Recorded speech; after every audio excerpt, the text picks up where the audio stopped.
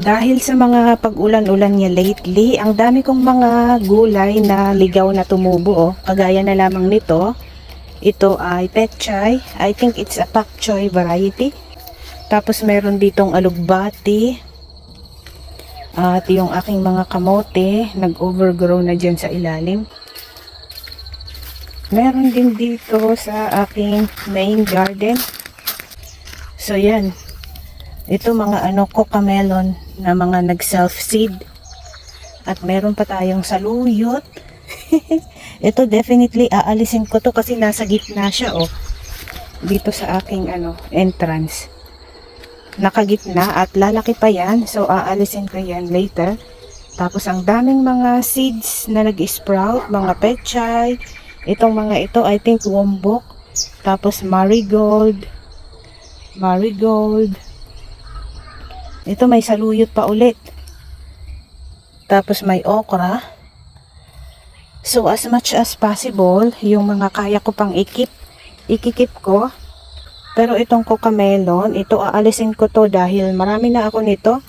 So ang balak ko, I will contact yung yung plant group kung saan member ako. Ito Pigeon Pea.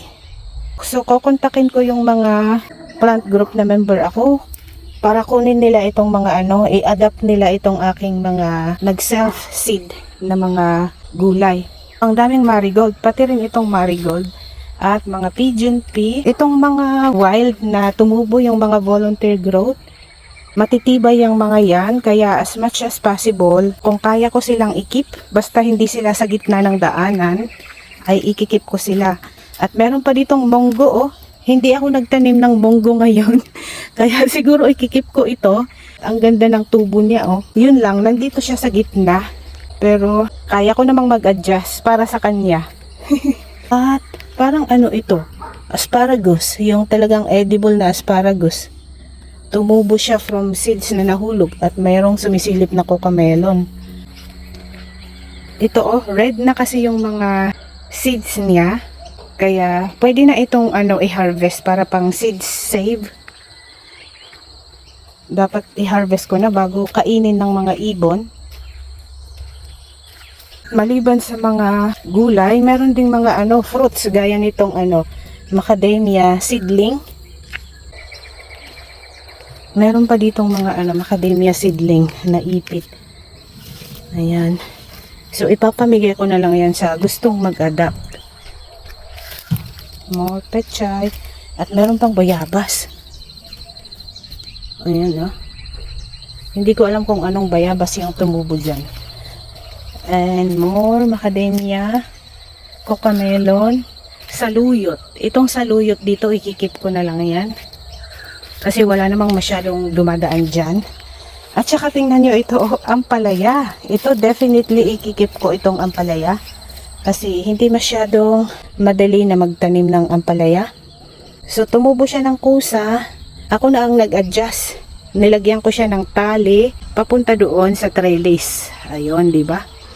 Kasi pag i-dig out ko siya, mai-stunt yung growth niya kapag nilipat. So mas maganda, hayaan ko na siya doon sa original kung saan siya tumubo para hindi ma-distract yung roots. Ito kasing mga volunteer growth na mga gulay ay mas matitibay compared doon sa mga cultivated.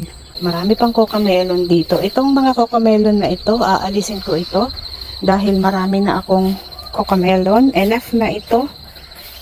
Ayan Ang dami na naman nilang bunga.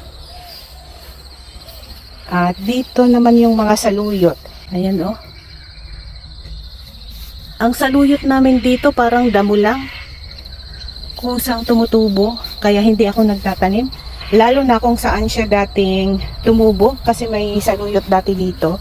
Yung mga nahulog niya na seeds, mag-i-sprout back din pagdating ang spring. Ayan ang dami. Pag winter, namamatay sila.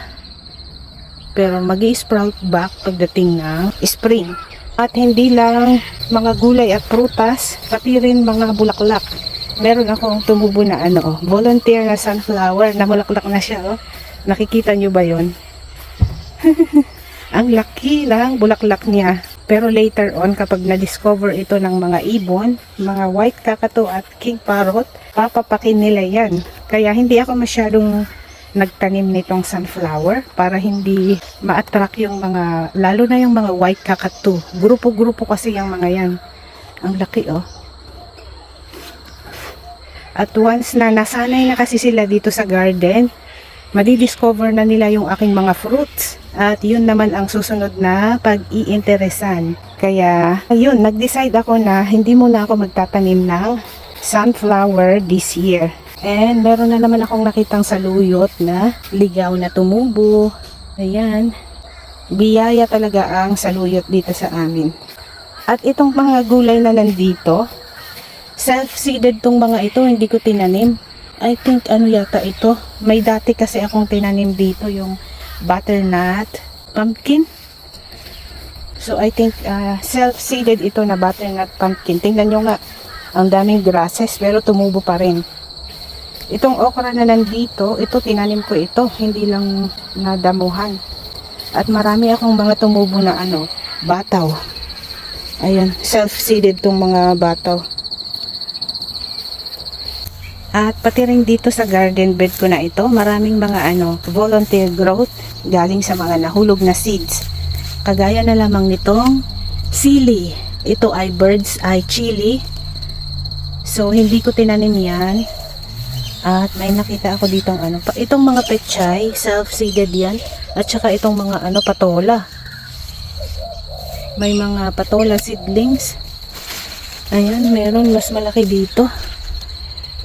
Ang problema ko dito sa aking patola, na-cover up na niya yung trellis. Ang bala ko mag-extend ako dyan ng trellis. At meron pa nga akong tinanim na mga upo. Ayun, so saan na sila aakyat niyan? May mais pa pala akong tinanim, white corn. So ang gagawin ko, maglalagay ako ng net dyan, dudugtungan ko, itatali ko doon sa may leopard tree. O diba? Paakyatin ko na doon. Tapos kung mag-harvest ka, may ladder naman. So ayan.